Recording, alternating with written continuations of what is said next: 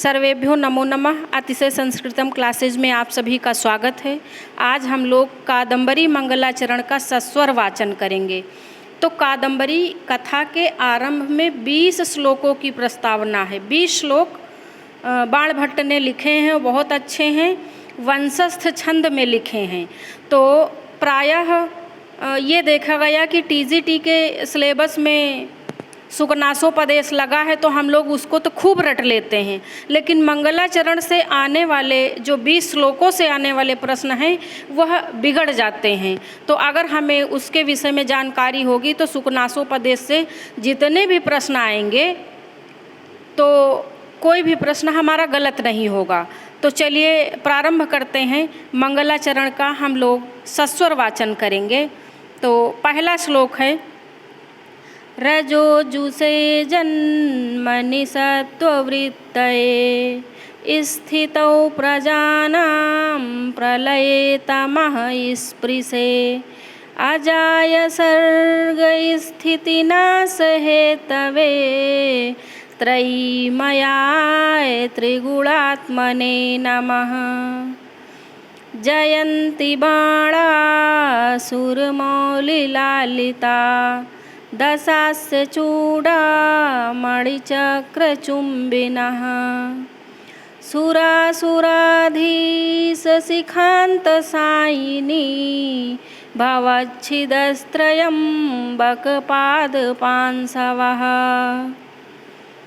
जयत्युपेन्द्रः सचकारदूरतो बिभित्सयायः क्षणलब्धलक्षया दृशैव कोपारुणया रिपोरुरः स्वयं भयाद् भिन्नमिवास्त्रपाटलम्।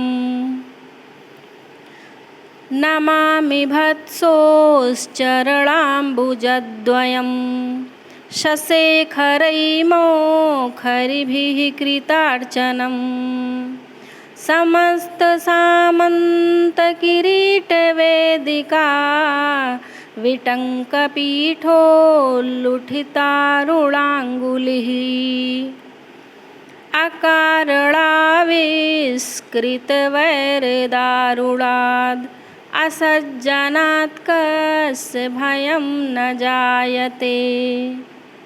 अकारणाविष्कृतवैरदारुणाद् असज्जनात् कस्य भयं न जायते। विषमहरिव यस्य दुर्वचः सुदुःसहं सन्निहितं सदा मुखे कटुक्वलन्तो मलदायकाः खलाः तुदन्त्यलम्बन्धनशृङ्खला इव मनस्तु साधुध्वनिभिः पदे पदे हरन्ति सन्तो मणिनूपुरा इव।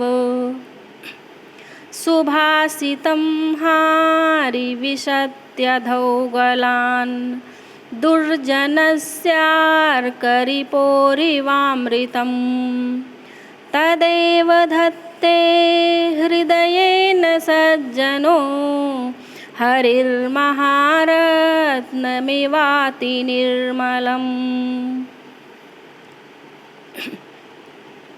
स्फुरत्कलालापविलासकोमला करोति रागं हृदि कौतिकाधिकं रसेन शय्यां स्वयमभ्युपागता कथा जनस्याभिनवावधूरिव। स्फुरत्कलालापविलासकोमला करोति रागं हृदि कौतिकाधिकं रसेन शय्यां स्वयमभ्युपागता कथा जनस्याभिनवावधू इव।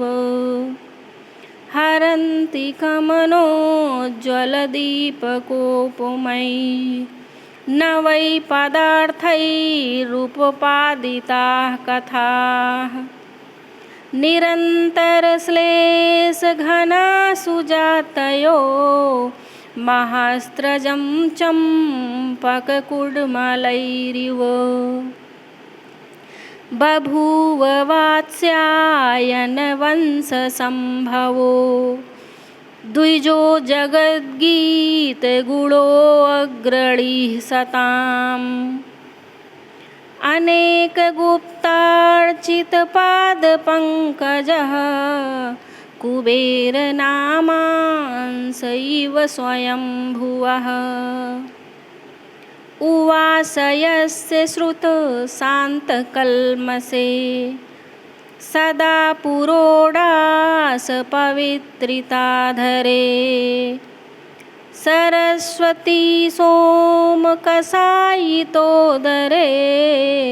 समस्त्रशास्त्रस्मृतिबन्धुरे मुखे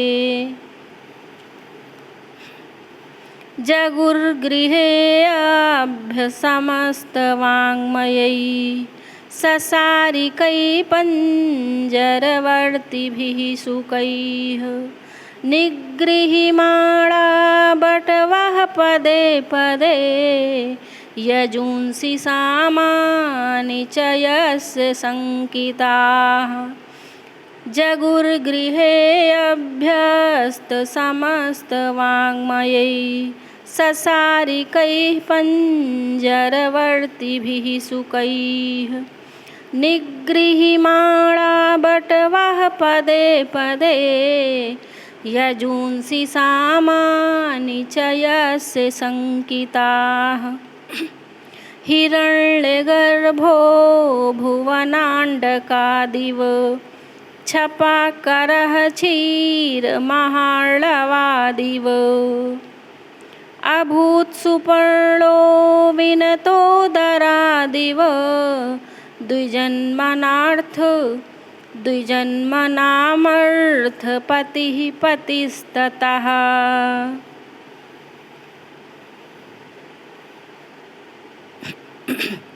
विवृण्वतो यस्य विसारिवाङ्मयम् दिने दिने शिष्यगणा नवा नवा उषः सुलग्ना श्रवणेऽधिकां श्रियं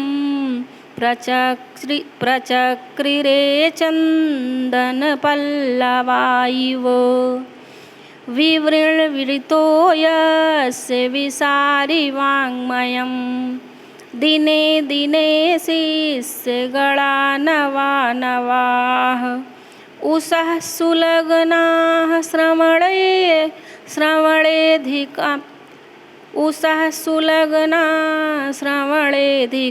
श्रियं प्रचक्रिरे चन्दनपल्लवा इव विधानसम्पादितदानशोभितैः स्फुरन्महावीरसनाथमूर्तिभिः मखैरसङ्ख्यैर्जयत्सुरालयं सुखेन योयूपकरैर्गजैरिव सचित्रभानुं तनयं महात्मनां सुतोत्तमानां श्रुतिशास्त्रशालिनाम् अवापमध्ये स्फटिकोपलोपमं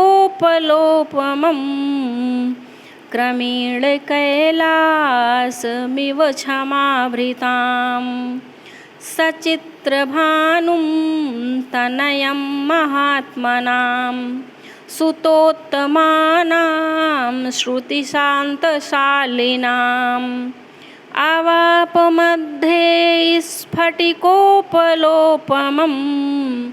क्रमेण कैलासमिवा क्षमाभृताम् महात्मनो यस्य सुदूरनिर्गताः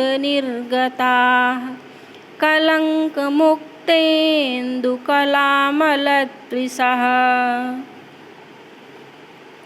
द्विजन्मनः प्राविशुः कृतान्तरा गुणा नृसिंहस्य नखाङ्कुरा इव दिशामलिका अलकभङ्गता गतस्त्रयीवधूकर्णतमालपल्लवः चकार यस्य ध्वरधूमसञ्चयो मलीमसः शुक्लतरं निजं यशः सरस्वती पाणिसरोजसम्पुट प्रमृष्टहोम श्रमसीकराम्भसः यशोऽंशुक्लार्ककृतसप्तविष्टपात्ततः श्रुतो बाण इति व्यजायतः यशोऽंशुक्लार्ककृतसप्तविष्टपात्ततः श्रुतो बाण इति व्यजायत द्विजेन तेनाक्षतकण्ठकण्ठया महामनोमोहमलीमसन्धयः अलब्धवैदग्धविलास मुग्धया धिया निबद्धेयं मतिद्वयी कथा अलब्धवैदग्धविलासमुग्धया धिया निबद्धेयं मतिद्वयी कथा। तो ये था कादम्बरी मंगलाचरण में जो आरंभ में 20 श्लोक लगे हैं और इनसे बहुत सारे प्रश्न पूछे जाते हैं। प्रायः हर बार संस्कृत की जितनी भी परीक्षाएं होती हैं, खास करके टीजीटी, तो टीजीटी में एक सूक्ति मंगलाचरण से अवश्य रहती है। जैसे धिया निबद्धेयम अतिद्वयी कथा कहाँ से लिया गया है, अतिद्वयी कथा से क्या तात्पर्य है, किन दो कथाओं से तात्पर्य है, द्विजेन तेनाक्षत कंठ कौंठया किसे कहा गया है, बहुत चीज़ें पूछी जाती हैं इससे।